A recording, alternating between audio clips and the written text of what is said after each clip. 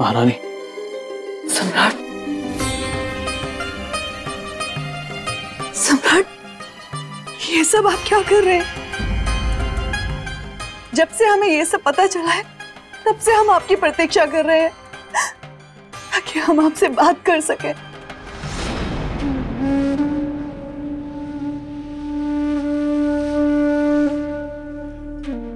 अब इस राज्य के सम्राट नहीं है हम महारानी।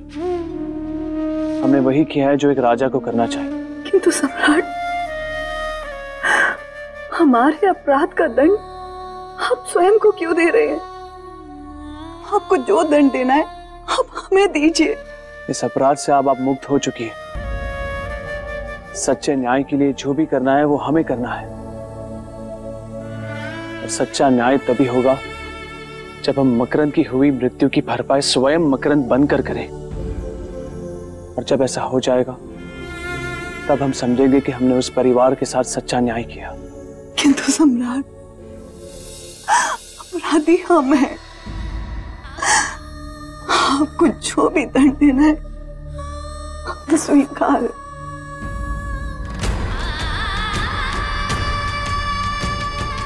चलते हैं।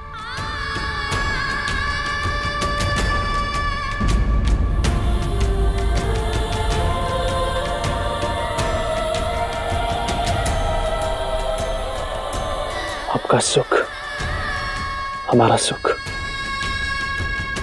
आपका दुख हमारा दुख, आपकी अच्छाई हमारी अच्छाई, और आपका अपराध भी हमारा अपराध।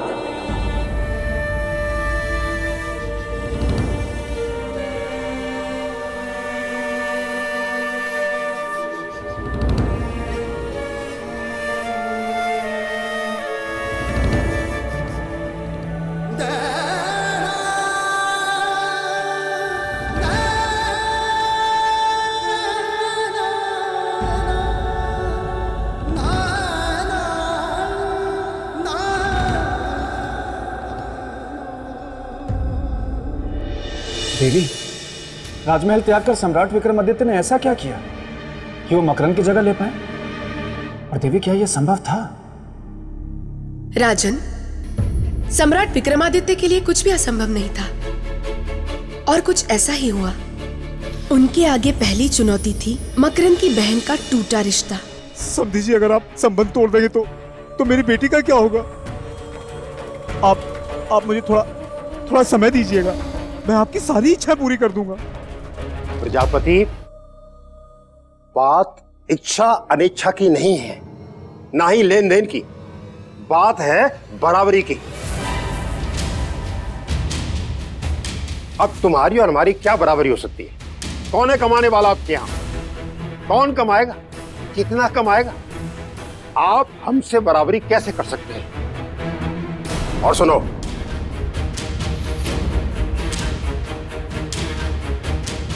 जो तुमने ब्याह में दिया था ना, वो इस पोटली में है। रखिए इस पोटली को, रखिए। अब हम चलते हैं। सुनिए, सुनिए तो,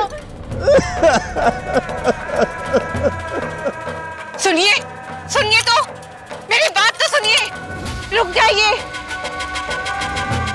रुक जाइए, रुक जाइए।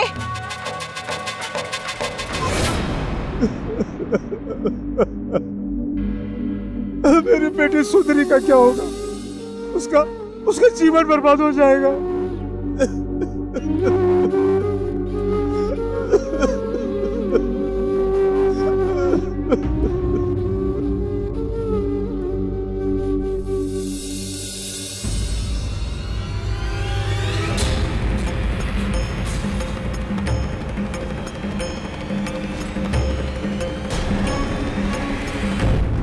आपने मेरी चौखट पर पैर रखने का साहस भी कैसे किया?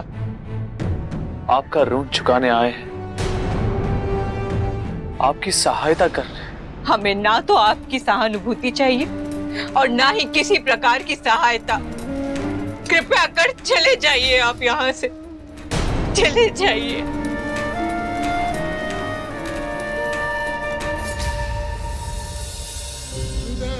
देवी, हमें एक अवसर दे दीजिए।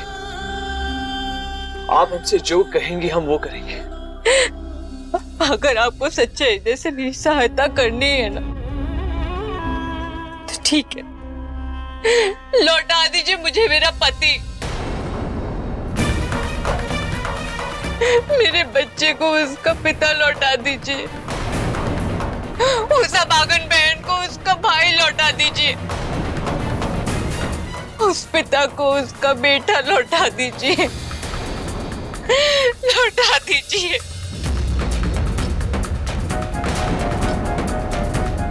नहीं ना, नहीं लौटा पाएंगे ना, तो चले जाइए आप यहाँ से, चले जाइए। देवी, कि ये सब सुनकर सम्राट विक्रमादित्य ने अपना इरादा बदल दिया होगा? क्या वो अपने राजमहल में लौट गए होंगे? नहीं देवी, जैसा कि आपने कहा था कि सम्राट विक्रमादित्य के लिए कुछ भी असंभव नहीं है, उनका आत्मबल ही उनकी शक्ति है, इसलिए मुझे नहीं लगता कि सम्राट विक्रमादित्य वापस गए होंगे। लेकिन मैं वापस आ गया। देवी, देवी मुझे क्षमा कर दीजिए। प्रेत भूमि में अपने मित्र की इस करुणामयी कथा को सुनकर मैं बहुत रो रहा था, और अकेले अकेले रोना मुझे बिल्कुल अच्छा नहीं लगता, इसीलिए मैं यहाँ आ गया। ठीक है बेताल, तो सुनिए राजन, मकरंद की पत्नी से खरी खोटी सुनने के बाद सम्राट विक्रमादित्य के सामने संपूर्ण गांव उपस्थित था।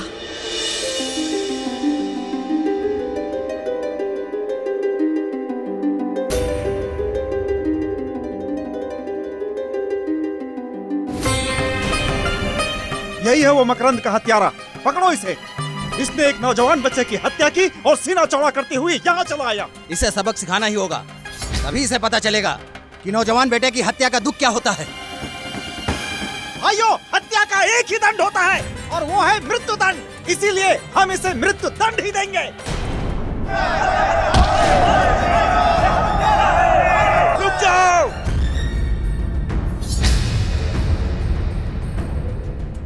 कोई इन्हें नहीं मारेगा, कोई भी इन्हें नहीं मारेगा।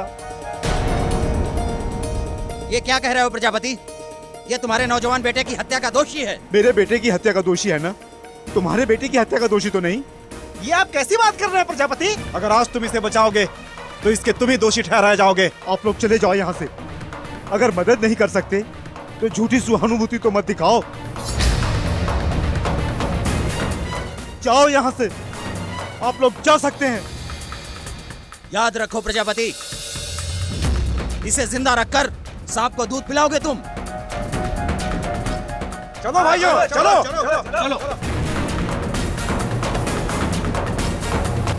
सम्राट, हम पहले से ही बहुत दुखी हैं, अब हमारे दुख को और मत बढ़ाइए।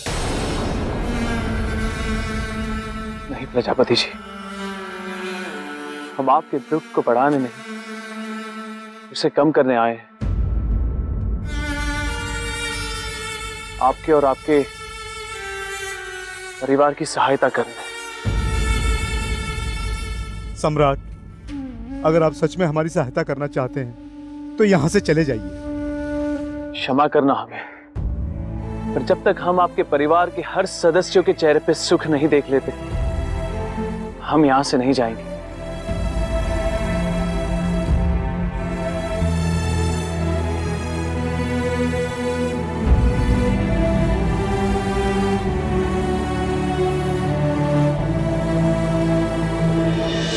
फिर क्या हुआ देवी? मेहनत, कड़ा परिश्रम। कल तक जो राजभवन का राजा था, आज वो घड़ा बनाने वाला बन गया।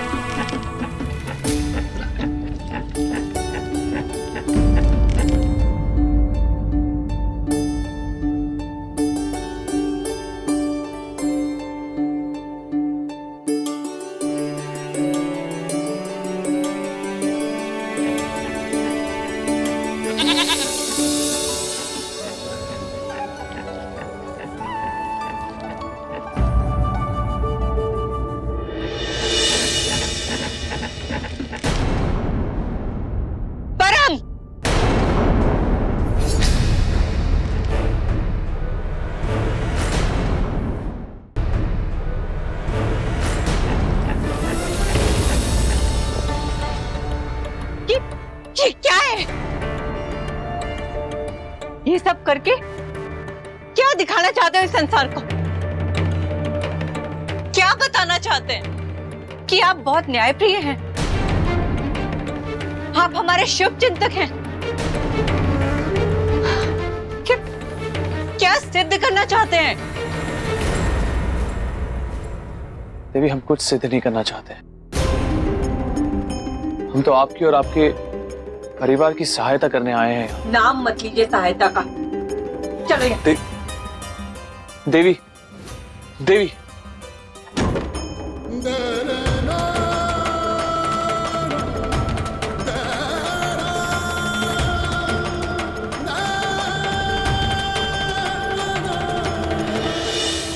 आपको क्या लगता है राजन, सम्राट विक्रमादित्य की मेहनत का ये फल सही था?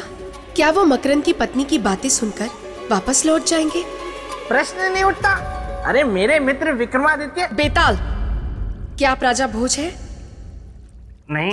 तो ये प्रश्न हमने राजा भोज से पूछा है, तो जवाब भी उन्हें ही देने दीजिए। नहीं नहीं देवी। शांत रहो बेताल। क्षमा देवी क्षमा। राजन, आप देवी के प्रश्नों का उत्तर दीजिए ना। आप प्रश्नों का उत्तर नहीं देते फिर मेरी इच्छा हो जाती है उत्तर देने की। मैं ऐसा करना नहीं चाहता हूँ, तो आप दीजिए ना देवी के प्रश्नों का उत्तर।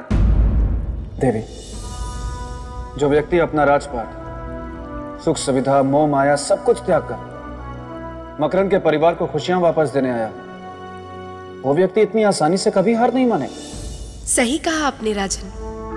सम्राट विक्रमादित्य ने भी हार नहीं मानी और वो उस परिवार का भरण पोषण करने के लिए निकल पड़े, स्वयं के हाथों बने घड़े बेचने के लिए। घड़े ले लो, घड़े, सस्ते और मजबूत घड़े। काका, काका घड़े ले लो।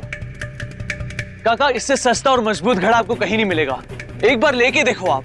नहीं चाहिए।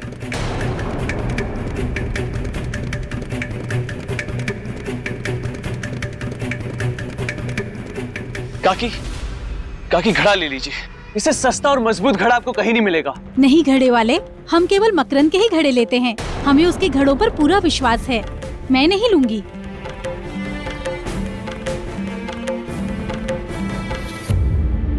यानी मकरंद की साख और उस पर लोगों का विश्वास, यही दो कारण है कि हमारे घड़े क्यों नहीं बिक रहे। हमें किसी भी हाल में इस परिवार के नुकसान की भरपाई करनी है।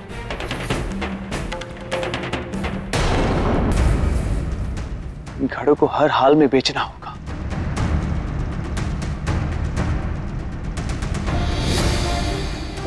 मजबूत और सस्ते घड़े। काका, काका घड़े लेंगे आप? नहीं चाहिए। बहन जी, बहन जी एक घड़ा ले लीजिए। कितने का है ये घड़ा? आप दाम की चिंता मत कीजिए, इसकी मजबूती देखिए आप। अगर ये इस जमीन पर लुढ़क भी जाए ना तो भी टूटेगा नहीं। मिट्टी के बर्तन और जमीन पर लुढ़कने से ना टूटे, ऐसे तो सिर्फ मकरंद के घड़े हुआ करते थे। मैं आपको अभी दिखाता हूँ, आप भी देखिए।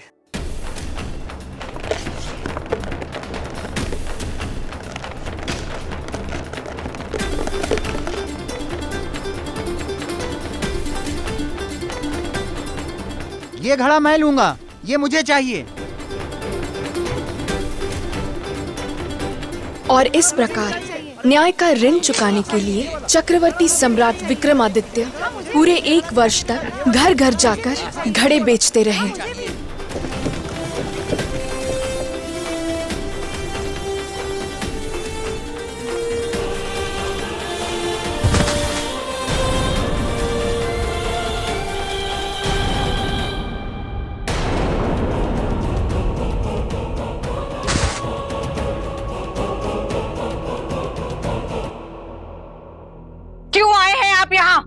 मैंने आपसे पहले भी कहा है कि हमें आपकी किसी भी प्रकार की कोई सहायता, कोई आवश्यकता नहीं है, लेकिन पता नहीं क्यों आप बार बार हमारे घाव को कुरेदने चले आते।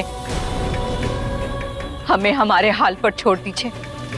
हमारे भाग्य में जो होगा वो होगा हमारे साथ। जीना होगा भाग्य में तो जी लेंगे और मरना होगा तो मर जाएंगे। कृपा कर चले जाइए। सुनंदा। नहीं बाबूजी, हमें कुछ नहीं चाहिए इनसे, कोई दान नहीं चाहिए।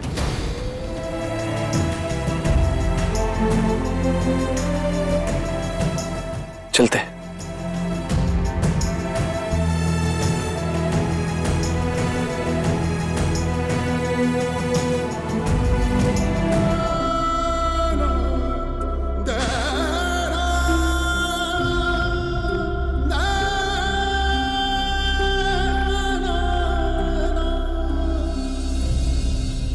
समधी जी प्रणाम।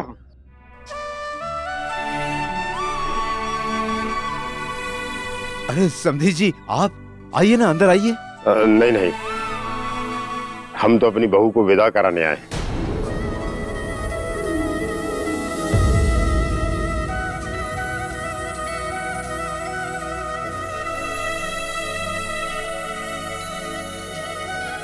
लेकिन आप तो रिश्ता तोड़ गए थे, फिर ये विदाई?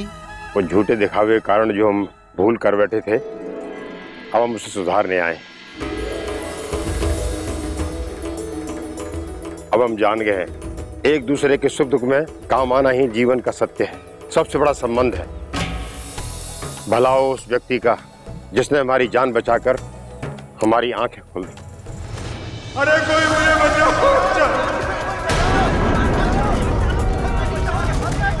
बचाओ, अरे मुझे कोई बचाओ, अरे हरिया, अरे मारो, अरे कोई बचाओ मुझे, बचाओ, अरे कोई मुझे बचाओ, बचाओ, कोई है, अरे बचाओ, बचाओ, बचाओ मुझे।